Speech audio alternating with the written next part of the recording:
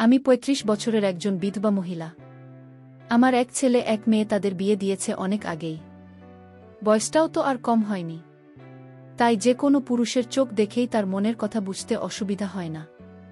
আমার স্বামী মারা যাওয়ার পর অনেকেই যে আমার সাথে কাজ করতে আগ্রহ ছিল তা আমি ওদের চোখ দেখে বুঝতে পারতাম। আর ওদের এমন আগ্রহ দেখে আমার মনেও কাজ করার জন্য ছটফট করত। শেষমেশ মেয়ের জামাই আমার সাথে যেভাবে কাজ করল তা শেষ পর্যন্ত শুনলে আমি গ্যারান্টি দিয়ে বলতে পারি তোমাদের দাঁড়িয়ে যাবে। তাই ভিডিওটা শুরু থেকে শেষ পর্যন্ত দেখার অনুরোধ রইল। সম্পূর্ণ গল্পটি দেখো, তাহলে আসল মজা পাবে। অনেক আগে আমার বাবা মারা গিয়েছিল। তাই আমার যখন বিয়ে দিলাম আর বিয়ের পর আমার মা ও আমার সাথে আমার শ্বশুরবাড়িতে চলে এসেছিল। হঠাৎ করে জানলাম মা গর্ভবতী হয়ে গেল। আমি খুব অবাক হয়ে গিয়েছিলাম যে আমার মা কি করে গর্ভবতী হলো। আমি আমার স্বামীর উপর দোষ দিলাম যে তোমার নিজের শাশুড়ির সাথে তোমার চক্কর চলছে, তাই না? আমার কথা শুনে আমার স্বামী আর আমার মা বাড়ি ছেড়ে চলে গেল। আমার মা যখন সন্তান জন্ম দিল তখন আমার শ্বশুর এমন একটা কথা বলল যেন আমার প্রাণ বেরিয়ে গিয়েছিল। কিছু কিছু দুর্ঘটনা এমন হয় যে মানুষ মানতে না চাইলেও মানতে হয়। তখন কষ্ট সহ্য করা ছাড়া আর কোনো উপায় থাকে না। আর এই কষ্ট যদি নিজের কোনো পরিবারের সদস্য থেকে পাওয়া যায় তাহলে যন্ত্রণা আর দুঃখ খুব বেশি হতে লাগে। আমার ভাগ্য আমার সাথে এমন নিষ্ঠুর খেলা খেলেছিল যে আমি নিজেও তা বুঝতে পারিনি। আমি আমার জীবনে এরকমটা কখনোই ভাবিনি যে আমার সাথে এতটা খারাপ কিছু হতে পারে বা আমার জীবনে কখনো এরকম কষ্টের সময় আসতে পারে। আমি খুব সুখের সাথে জীবনযাপন করছিলাম। হঠাৎ করেই সব কিছু যেন শেষ হয়ে গেল এক নিমেষেই। আমার সংসারে একটা ঝড় আসলো, যার কারণে সবকিছু উড়িয়ে নিয়ে চলে গেল। আমার সংসারটাকে আমি অতি যত্নে সামলে রেখেছিলাম। আমার সমস্ত খুশিকে আগুন লাগিয়ে দিয়ে গেল। আর এই দুর্ঘটনা তখন হলো যখন আমার বিয়ে হলো আর আমার বাবা মারা গিয়েছিল। আমার যখন বিয়ে হলো তখন মা আমার সাথে আমার স্বামীর বাড়িতে চলে আসলো। আর এই ব্যাপারটা আমার খারাপ লাগেনি, কারণ যদি আমার সাথে আমার মা না আসতো তাহলে সে আমাদের বাড়িতে একা হয়ে যেত। এজন্য আমার অনেক বলার পর আমার মা আমার কাছে থাকতে লাগল। আর আমার শ্বশুর বাড়ির লোকজনেরও এ ব্যাপারে কোনো রকম সমস্যা হয়নি। তারাও আমার কথায় রাজি হয়ে যায়। আর এভাবে আমার মা আমার কাছে চলে আসে কিছুদিনের জন্য। এটা একমাত্র সৃষ্টিকর্তাই জানো যে কি হতে চলেছে। এমনিতে তো সব কিছু ঠিকঠাকই ছিল, কিন্তু আমার মায়ের আচরণ আমার কাছে একটু অদ্ভুত লাগছিল। আর আমার তা বোঝার জন্য একদম বাইরে ছিল। আমি যতই তাকে সামলানোর চেষ্টা করতাম ততই সে আমাকে বাচ্চার মতো বিরক্ত করত। কখনো কখনো খুবই অদ্ভুত আচরণ করত সে, যার জন্য আমাকে শ্বশুরবাড়িতে অনেক সময় লজ্জার মুখোমুখি হতে হতো। আর কখনো নিজেকে এত বুঝতে আর জাহির করত সে যে সামনের মানুষটা অবাক হয়ে যেত। অনেকবার আমি মাকে ঠান্ডা মাথায় বোঝানোর চেষ্টা করেছি, কিন্তু আমার মা সেসব কথা এক কান দিয়ে ঢুকিয়ে অন্য কান দিয়ে বের করত। আমার এমন মনে হতো যে বাবা মারা যাবার পর মায়ের খুব আঘাত লেগেছিল মাথায়, সেজন্যই এরকম অদ্ভুত আচরণ সে করত। কিন্তু তারপর কিছুদিন পরে আমার নিজেরে খেয়াল বদলাতে হলো। আমার মাকে শীতে সাদা এবং খুব নিরীহ দেখতে লাগত। নাকি শুধু আমার এরকম মনে হতো? আমি আমার মায়ের ব্যাপারে কিছু বাজে ভাবতে বা বলতে চাই না, কিন্তু কিছু ঘটনা এরকমটা ভাবে ছাড়ে। এতদিন আমার খুব দরকার ছিল। আমি আমার স্বামীকে বিশ্বাস করতাম। আমার সাথে আমার স্বামীর কখনো ঝগড়া অশান্তি হয়নি। আমার স্বামী খুব খেয়াল রাখত আমি কোনো কথা বলার আগেই সে পূরণ করে দিত। আর আমার স্বামী এভাবে আমার খেয়াল রাখতে দেখে অনেক খুশি হতাম। দেখতে দেখতে আমার সব কিছু নষ্ট হয়ে গেল আর আমি বরবাদ হয়ে গেলাম। আমার মায়ের মাথার সমস্যা ছিল বলে আমার মনে হচ্ছিল, আর এজন্য আমি আমার মাকে চিকিৎসা করানোর কথা ভেবেছিলাম। কিন্তু আমি যদি শ্বশুরবাড়িতে ব্যাপারে কথা বলতাম তাহলে অনেক বড় বিপদ হয়ে যেত, যার জন্য আমি মাকে বোঝাতে থাকতাম। কিন্তু আমার মা বুঝতে পারলে তবে তো। আমি কখনো ভাবিনি যে সমস্যাটা এত বাজেভাবে বিগড়ে যেতে পারে। আমার চোখের আড়াল দিয়ে কোনো খেলা হচ্ছিল। আমি এই ব্যাপার বুঝতে পর্যন্ত পাইনি কখনো। আমি সব থেকে বেশি আমার মায়ের খেয়াল রাখতাম, আর এটা আমার জন্য প্রযোজনা ছিল। একটাই তো মেয়ে ছিলাম আমি যদি আমার মায়ের খেয়াল না রাখি তাহলে কে রাখবে? আর তারপর কয়েক বছর পরে মা আমার স্বামীর সাথে একটু বেশি মেলামেশা করত। প্রথম আমি ব্যাপারটা এড়িয়ে গিয়েছিলাম এই ভেবে যে সব ঠিক আছে। এটা জামাই এর সাথে শাশুড়ির একটা স্বাভাবিক ভালোবাসার সম্পর্ক। কিন্তু পরে আমি তাদের হাসি ইয়ার্কি একসাথে উঠাপসা এগুলো আমার অদ্ভুত লাগতে লাগল। কিন্তু আমি আমার মনের সন্দেহকে জায়গা দিইনি। আর সমস্ত কিছু আমি এড়িয়ে যেতাম। আমি সন্দেহ করতে চাইনি। এমনটা ভাবাও আমার পাপ বলে মনে হতো। আমি এই সমস্ত ভাবতাম আর সেটাকে খুব বাজেভাবে মনের মধ্যে ধিক্কার দিতাম। আমি তো আমার সীমার বাইরেও চিন্তা করতে পারি না যে আমার মা আমার সাথে এরকম কিছু করতে পারে, যার জন্য আমি কাউকে মুখ দেখাতে পারবো না। এই সমস্ত হয়ে যাবে আমি কল্পনাও করতে পারি না। যদি আমি আগে জানতাম তাহলে এই সমস্ত কিছু হতে দিতাম না। আমি আফসোস করছিলাম যে আমি কিছু করতে পারলাম না। আর আমি সেই সময় জানতে পারলাম যখন আমার কিছু করার ছিল না। আর আমি শুধু চেয়ে চেয়ে দেখতে লাগলাম। আমি আমার মা বাবার একমাত্র সন্তান ছিলাম। আমার কোনো ভাইবোন ছিল না, আর আমাদের জীবন ছিল শান্তির, মানে আমার মা বাবা আর আমি। এ সমস্ত কিছুই কি আমার নজরে ঢোকা ছিল? আমি ওই সময় বুঝতে কেন পারিনি? এই ব্যাপারটা আমাকে যেন ডুবিয়ে দিচ্ছিল। আর এরকমভাবে কিছু সময় কেটে গেল, যখন আমার মা আমার স্বামীর সাথে একটু বেশি মিশতে থাকত। একটু পর পর আমার বাজে চিন্তা মাথার মধ্যে ঘুরত যে আমার মা কি করছে তার জামাই এর সাথে। সে কোনো সম্পর্কে কোথা থেকে কি বানিয়ে দিচ্ছে। আমি কষ্ট পাওয়া ছাড়া আর কি বা করতে পারতাম?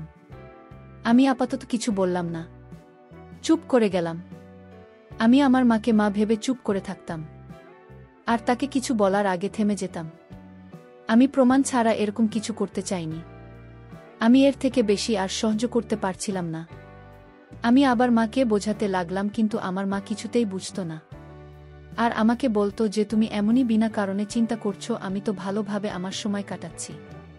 এগুলো বলার পর আমার মা আমার সামনে কিছু আবেগ নাটক করত, যার মধ্যে আমি খুব ভালোভাবে ফেঁসে গেলাম। আর আমার এই সময়ে মায়ের লুকিয়ে থাকা হাসির উপর চোখ যায়নি। কিন্তু আমার কিছুটা তো সন্দেহ হয়েছিল, কারণ আমার ভিতরে অদ্ভুত একটা অস্থিরতার জন্ম নিয়েছিল। আমার এমন মনে হচ্ছিল যে কোথাও কিছু ভুল হচ্ছে। আমার তো মাথার মধ্যে এটা ছিল না যে এত জঘন্য কাজ আমার মা করতে পারে বলে। আর তারপর সময় ভীষণ তাড়াতাড়ি কাটতে লাগল। আমার মা একদম সেরকমই ছিল, আর সেই একই রকম ঘটনা বা ব্যবহার সে করতে লাগল। আমি এবার আর তাকে আটকালাম না। চুপচাপ আমি দেখতে থাকলাম। এখন তো মায়ের যেখানে যাবার দরকার হয় আমার স্বামীকে সে সাথে করে নিয়ে যায়। আমি এই পরিবর্তন দেখে অবাক হয়ে গিয়েছিলাম যে এটাই কি আমার কপালে হবার ছিল। কিছুদিন পরে মায়ের বাড়ি থেকে বেরোনোর ব্যাপারটা খুব বেড়ে গিয়েছিল। প্রায় প্রতি একদিন পর পর প্রায় দিনই মা বাইরে গিয়ে ঘুরে আসব। আমি জিজ্ঞাসা করলে মা বলতো আমি অমুকের বাড়ি গিয়েছিলাম দেখা করতে। কখনো এটাও বলতো যে কাউকে দেখতে গিয়েছিলাম। আমি অবাক হয়ে যেতাম দেখে যে এখন এরকম কোনো সম্পর্ক তৈরি হয়ে গেল না তো, যার ব্যাপারে আমি জানি পর্যন্ত না। আর বাবার সামনে যা কখনো কোনো কথা পর্যন্ত ওঠেনি। এখন হঠাৎ করে এদের কথা কিভাবে মনে পড়ে গেল? আমার মা বদলে যাচ্ছিল, আর এগুলো তার বাহানা ছিল মাত্র। আমার মনে তাই অস্থিরতা কাজ করছিল। একইভাবে আমি এবার জানতে চাইছিলাম যে ব্যাপারটা আসলে কি, কেননা আমার থেকে কিছু একটা লুকোচ্ছিল। আর এটা তো আমি জানতে পেরে গিয়েছিলাম। তার ঘাবড়ে যাওয়া দেখে যখন আমি তাকে জিজ্ঞাসা করতাম, সবসময় সে একটু ঘাবড়ে যেত। আমি এবার সুযোগ খুঁজছিলাম, কিছুটা আমি জানতে পেরেছিলাম। আর তারপর আমার মায়ের প্রতিদিন আমার স্বামীর সাথে ঘোরা, হাসি মজা করা এসব বেড়ে গিয়েছিল। আমি একেবারে সন্দেহবাতিক মহিলা ছিলাম না। আমি আমার স্বামীকে যথেষ্ট বিশ্বাস করতাম, আর মাকেও আমি একেবারেই সন্দেহ করতে চাইনি। কিন্তু এখন পরিস্থিতি এমন একটা পর্যায়ে আমাকে নিয়ে গিয়ে দাঁড় করিয়েছে, যেখানে আমি ভাবতে বাধ্য হয়েছি। আর তারপর আমার ভিতরে সন্দেহটা ঢুকে গিয়েছিল। আমার হৃদয়ে অস্থির করতে লাগল। আমি আমার এই অবস্থার জন্য বিরক্ত হয়ে গিয়েছিলাম। আমি নিজে পরিস্থিতির জন্য না কিছু করতে পারতাম, আর না কাউকে বলতে পারতাম। শ্বশুরবাড়ির সবাই মায়ের আচরণ দেখছিল। আর কতবার যে আমার শাশুড়ি আস্তে করে আমাকে বলেছে যে নিজের মায়ের উপর নজর রাখে, এই লক্ষণগুলো ঠিক নয়। নিজের স্বামীকে কাবু করা শেখো, না হলে তোমাকে পস্তাতে হবে। আর আমি অবাক হয়ে দেখতেই থেকে যেতাম আর ভাবতাম যে সে কি বলে চলে গেল। আমি তার উপর খুব রেগে গেলাম, কিন্তু আমি নিজের রাগকে নিয়ন্ত্রণ করলাম। আর সন্দেহ হতে ডুবে গেলাম। তাকে যদি বলতাম ও তাহলে কি বা বলতাম, যখন কিনা আমার মায়ের অদ্ভুত আচরণ আমার সামনেই ছিল। শাশুড়ির কথাবার্তার কারণে আর কিছুটা মায়ের অদ্ভুত আচরণের জন্য এবার আমি খুব চিন্তায় পড়ে গেলাম আর বিরক্ত হয়ে গেলাম। আর দিনের পর দিন আমার রাগ বাড়তে লাগল। স্বামীর সাথে আমি বেশ কয়েকবার ঝগড়াও করলাম। আর কিছুদিন পরে যখন আমি সকালবেলা উঠলাম, ঘুম থেকে উঠে আমার মাথা খুব ভারী ভারী থাকতে লাগল। আর আমার মাথায় যন্ত্রণা হতে লাগল। আমি অবাক হয়ে গেলাম যে রকমটা কেন হচ্ছে। রাতে যখন আমি ঘুমানোর জন্য শুয়েছিলাম, হঠাৎ করে খুব গভীর ঘুম এসে গেল। আর ঘুমও এমন বাজেভাবে আসলো যে আমি কিছুই বলতে পারি না। এরপর আমি আমার মাথা লাগালাম। আর বুঝতে পারলাম যে কিছু একটা তো অদ্ভুত হচ্ছে, যেটা আমি জানি না, আর যেটা আমি জানতে চাইছিলাম। পরের দিন আমি যখন ঘুম থেকে উঠলাম, সব সময়ের মতো আমার মাথা যন্ত্রণা করতে লাগল। তাই আমি বসে বসে আমার মাথা টিপছিলাম। আর ঠিক তখন আমার নজর সামনে টেবিলের উপর পড়ল। টেবিলটার উপর কিছু অদ্ভুত জিনিস লেগেছিল। আমি যখন হাত দিয়ে দেখলাম, তখন আমার ওষুধের মতো কিছু একটা মনে হলো। এবার তো আমি খুব চালাক হয়ে গিয়েছিলাম। আমি রাতে যখনই জলের গ্লাস ভরে রাখি, তখন আরও একটা গ্লাস রাখি, যাতে আমি রাত্রিবেলা বুঝতে পারি যে কেউই এরকম করে। আর তারপর আমি বেশ কয়েকবার রাতের বেলা আমার স্বামীকে উঠতে দেখলাম। আর যেতে দেখলাম আমার সন্দেহ এবার সত্যিতে পরিণত হচ্ছিল। আমি নিজে দেখার উপরেও বিশ্বাস করতে পারছিলাম না। আর তারপর একদিন রাতে মাকে আমি নিজের ঘরে আসতে দেখলাম। আর গ্লাসের ভেতর কিছু মেশাতে দেখলাম। আমি ঘুমিয়ে যাবার নাটক করেছিলাম যাতে আমি মায়ের কর্মকাণ্ডগুলো দেখতে পাই। মা আরাম করে গ্লাস হাতে নিয়ে তার ভেতর কিছু মেশানো যেভাবে আস্তে আস্তে পা টিপে টিপে এসেছিল, সেরকমভাবে সে চলেও গেল। আর এই ব্যাপারটা শুধু মা নিজেই জানো যে রাতে আমি জল খেয়ে ঘুমাই আর উঠে আমি জল খাই। আর সেজন্যই সেই কাজটা করেছিল। কখনো আমার সন্দেহ বাস্তব মনে হতো, আবার কখনো আমার শুধু সন্দেহেই মনে হতো। আমার তো হুঁশ উঠে গিয়েছিল মাকে এরকম কাজ করতে দেখে। আমার তো বিশ্বাসই হচ্ছিল না যে আমার মা হয়ে এরকম জঘন্য একটা কাজ করতে পারে আমার সাথে। আমি নিজেই বুঝতে পারছিলাম না যে মা এরকম কেন করবে। কিছুদিন ধরেই আমি দেখছিলাম যে নাটক আর আচার একটু বেশি খাচ্ছিল। প্রথমে তো আমি সেটাকে কোনো গুরুত্ব দিলাম না। এবার রোজ মা এগুলো খেতে লাগল। আমার মনের ভিতর বিপদের ঘণ্টা বাজতে লাগল। আমি এবার ভীষণভাবে বিরক্তির শিকার হচ্ছিলাম। একদিন মা অজ্ঞান হয়ে গেল। আর তারপর হঠাৎ মা গর্ভবতী হয়ে গেল। এই ব্যাপারটা হাসপাতালে গিয়ে যখন আমি জানতে পারলাম, আমি লজ্জায় লাল হয়ে গেলাম। আমি শ্বশুরবাড়িতে কারো সাথে চোখে চোখ মেলাতে পারছিলাম না। আর মা ও তো ঘাবড়ে গেল। আমার সামনে আসতেই তার অস্বস্তি হতো। আমি খুব অবাক হয়েছিলাম যে আমার জায়গায় মা কি করে গর্ভবতী হয়ে গেল। এবার আমার বিশ্বাস হয়ে গেল যে বাচ্চাটা আমার স্বামী ছিল। কেননা রাতে আমি অনেকবার আমার স্বামীকে উঠতে দেখেছিলাম। আমার তো বিশ্বাসই ভেঙে গিয়েছিল। আমার মাথার মধ্যে সমস্ত স্মৃতি আর সমস্ত কথা ঘুরতে লাগল। আমার রাগ এবার সর্বোচ্চ উচ্চতায় পৌঁছে গিয়েছিল। আর তাই আমি আমার স্বামীর সাথে ঝগড়া করতাম। এরপর আমি আমার স্বামীর উপর দোষ দিয়ে দিলাম যে তোমার নিজের শাশুড়ির সাথে চক্কর চলছে। এই সমস্ত তোমার জন্যই হয়েছে। তুমি আমাকে ঠকিয়েছ।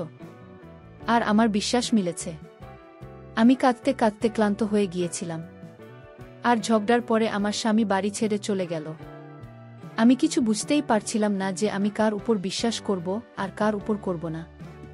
বন্ধুরা, ভিডিও মাঝখানে একটা কথা বলতে চাই। আমি তোমাদের আনন্দ দেওয়ার জন্য খুব কষ্ট করে ভিডিও বানাই। তাই তোমাদের কাছে অনুরোধ থাকবে, অবশ্যই এই ভিডিওটি দেখে একটি লাইক করবে এবং চ্যানেলটি সাবস্ক্রাইব করে পাশে থাকবেন। আমি এবার আমার জীবনে খুবই দুঃখী হয়ে গিয়েছিলাম। আর স্বামীর কোনো ঠিক ঠিকানা ছিল না যে সে কোথায় গেছে ঝগড়া করে। আমি দুঃখে কাতর ছিলাম। আর আমার আফসোস ছিল যে আমার মা সম্পর্কগুলোকে খারাপ করে দিল আর নির্লজ্জের মতো আমার সামনে এসে আছে। আমি অবাক হয়েছিলাম যে কেমন মাসে যে নিজের মেয়ের ঘর বরবাদ করার জন্য উঠে পড়ে লেগেছে। আমি তো ভেবে ভেবে পাগল হয়ে যাচ্ছিলাম। শ্বশুরবাড়ির লোকজন আমাকে অনেক সামলাচ্ছিল, কিন্তু আমি আমার মন কি করতে পারি, যার উপর আর কোনোরকম অনুভূতি কাজই করতে চাইছিল না। আমার ভিতর সমস্ত অনুভূতি এবং আবেগ যান শেষ হয়ে গিয়েছিল। আমি এবার সারাক্ষণ চিন্তার মধ্যেই ছিলাম। আমার শ্বশুর আমাকে বেশ কয়েকবার খুশি থাকতে বলেছিলেন, আর আমি তাই তাদের সামনে মিথ্যা হাসি হাসতেন, যেটা দুঃখ কষ্টে পরিপূর্ণ ছিল। এবার তো আমার চোখে সারাক্ষণ জলে ভিজে থাকত। আমি আমার জীবনে অবাক হয়ে গিয়েছিলাম যে আমাকে কী সব দেখতে হচ্ছে আর শুনতে হচ্ছে। সমস্ত সম্পর্ক থেকে আমার বিশ্বাস উঠে গিয়েছিল। আমার সমস্ত সম্পর্কই যে মিথ্যা মনে হয়। আমার মা আমার ঘরে যে ঘরে থেকে গিয়েছিল, নাকি সমাজের থেকে কথা লুকানোর জন্য সে এরকম করছিল? আমি তো এবার মার সাথে কথা পর্যন্ত বলতাম না। আমার সমস্ত কিছু বেশ মনে হতে লাগল। আমার তো এবার নিজের স্বামীর জন্য চিন্তা হতে লাগল। আমি ভীষণ গভীর চিন্তায় ডুবে গিয়েছিলাম যে যদি এটা আমার স্বামীর বাচ্চা না হয় তবে সে সমস্ত কি ছিল, আমার মায়ের আর স্বামীর একসাথে ওঠাবসা হাসাহাসি, তারপর রাতে একসাথে হাঁটতে যাওয়া, এই সমস্ত ভেবে ভেবে আমার মাথা ব্যথা হতে লাগল। যতই আমি ভাবতে লাগলাম ততই যেন ঘটনাগুলো সব আরও এলোমেলো হতে লাগল। তো আমার এবারে নিজের উপর রাগ হচ্ছিল, কেননা আমি আমার স্বামীর উপর দোষ দিয়ে ফেলেছি। এবার তো সে বাড়ি ছেড়ে চলে গেছে, আর এরকম করতে করতে কয়েক মাস কেটে গেল। আর তারপর আমার মা সন্তান জন্ম দিল। তখন আমার শ্বশুর এমন এমন কথা বলল যেটা শুনে আমার হৃদয় বেরিয়ে যাওয়ার মতো অবস্থা হলো। আমার শ্বশুরের বক্তব্য ছিল এই সন্তানটি তার ছেলের সন্তান নয়। আমি তাকে অবাক হয়ে দেখতে লাগলাম। তখন সে বলে উঠল, বোমা অপেক্ষা করো, সমস্ত সত্যি তোমার সামনে আসবে।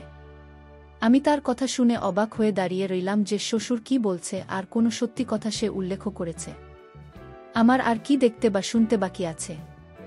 আমার মধ্যে আর কোনো কিছু সহ্য করার মতো ক্ষমতা ছিল না। আমি আর কোনো রকম কষ্ট সহ্য করার মতো অবস্থায় ছিলাম না। আমি প্রতিটা রাত কান্না করে কাটাচ্ছিলাম। আমার চোখ কান্নার কারণে ফুলে থাকত সব সময়। আমি সৃষ্টিকর্তার কাছে প্রার্থনা করতাম যে আর কিছু এরকম আমাকে দেখি না যেটা আমার আয়ত্তের বাইরে। আমি খুব অশান্তির মধ্যে ছিলাম। আমার শান্তি শেষ হয়ে গিয়েছিল। বরং এটা বলা ভালো যে আমার মনের শান্তি ধ্বংস হয়ে গিয়েছিল। হয়তো আমার খুশিতে কারো নজর লেগে গিয়েছিল। এবার মা প্রতিদিন আমার কাছে এসে কিছু একটা বলতে চাইত, কিন্তু আমি তার সাথে কোনো কথা বলতে চাইতাম না। আমার চোখের উপর সন্দেহে যে পট্টি বাঁধা হয়ে গিয়েছিল তা আমাকে আর কিছু দেখতে দিত না। আমার নিজেকে কখনো মনে হচ্ছিল যে আমি যেন পাগল হয়ে যাচ্ছি। আমার শরীর আস্তে আস্তে খারাপ হতে লাগল। আমি এবার অসুস্থ থাকতে লেগেছিলাম। আমার শ্বশুর আমাকে কখনো সান্ত্বনা দিতেন, আবার কখনো সাহস দিতেন। আমি অনেকবার আমার শ্বশুরকে এই কথাটা জিজ্ঞাসা করেছিলাম, কিন্তু তিনি কথাটা বারবার এড়িয়ে যেতেন আর বলতেন যে উনার ছেলে মানে আমার স্বামী তাড়াতাড়ি ফিরে আসবে। আমি তার কথা বিশ্বাস করে নিয়েছিলাম। যখন উনি এতবারও আমাকে বলছেন তো আমাকে তার কথা মানতেই হলো। আর তারপর একদিন আমার স্বামী হঠাৎ করে বাড়ি ফিরে এল। কিন্তু আমার সাহস হলো না যে আমি তার সাথে কথা বলতে পারি বা তাকে কিছু জিজ্ঞাসা করতে পারি। আমার একটু লজ্জা লাগছিল, কিন্তু আমি এখনও সন্দেহের মধ্যে ডুবেছিলাম। আমি জানতাম না যে আমার সামনে কি সত্যিই আসতে চলেছে। আমাকে এবার বিভিন্ন রকম সমস্যা ঘিরে ধরেছিল। শ্বশুর আর স্বামী দুজনেই একদম চুপচাপ হয়ে গিয়েছিলেন। আর তারপর একদিন হঠাৎ সত্যি বলে দিলেন যে এটা শুনে আমার পায়ের তলার মাটি সরে গেল।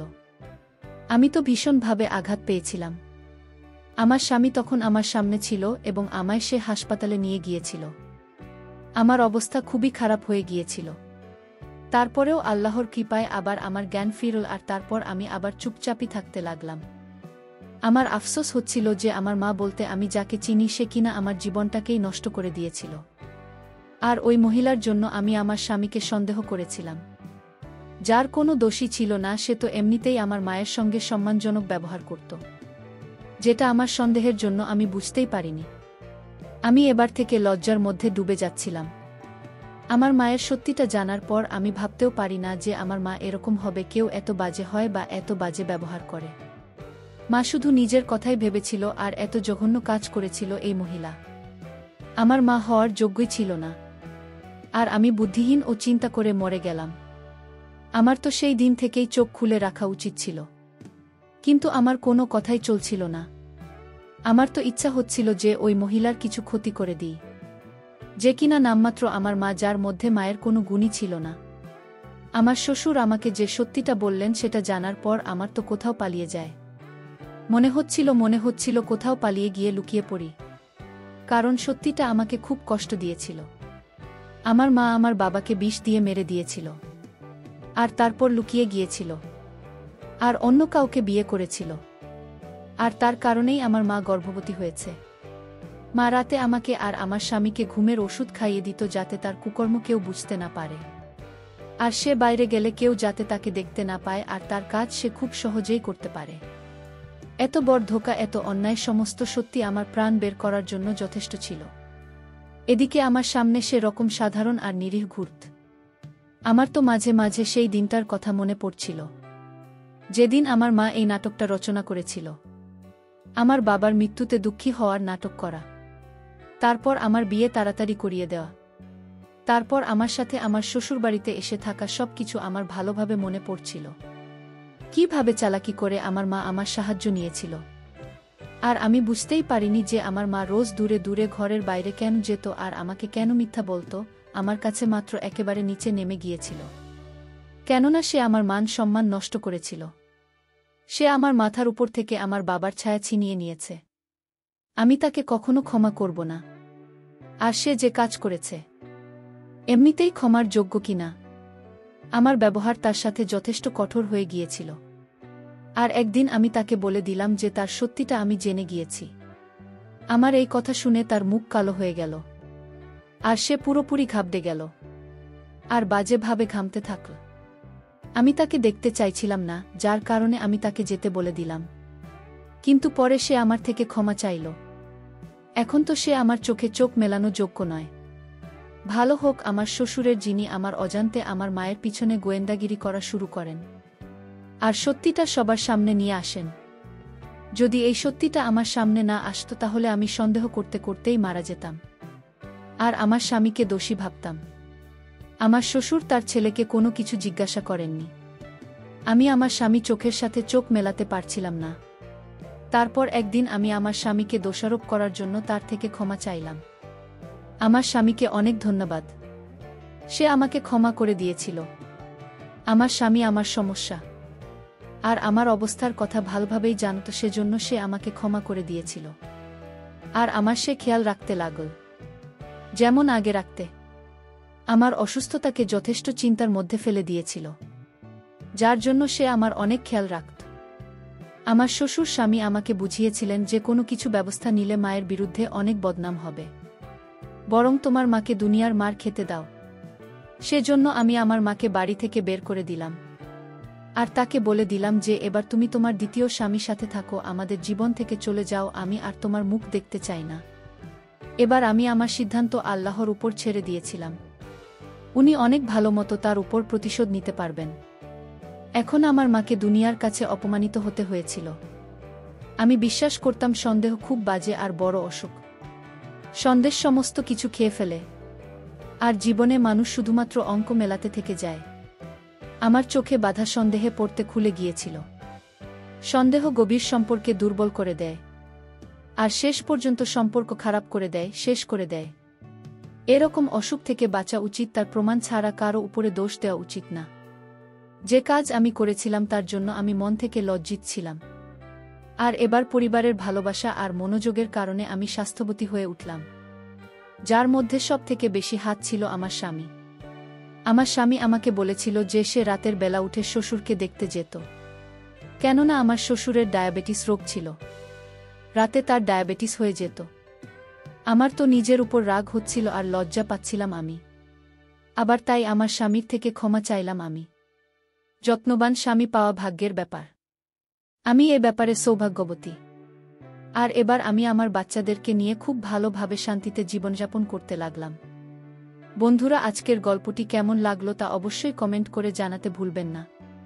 আর এরকম নতুন নতুন গল্প পেতে আমাদের চ্যানেলটিকে সাবস্ক্রাইব করে পাশে থাকবে।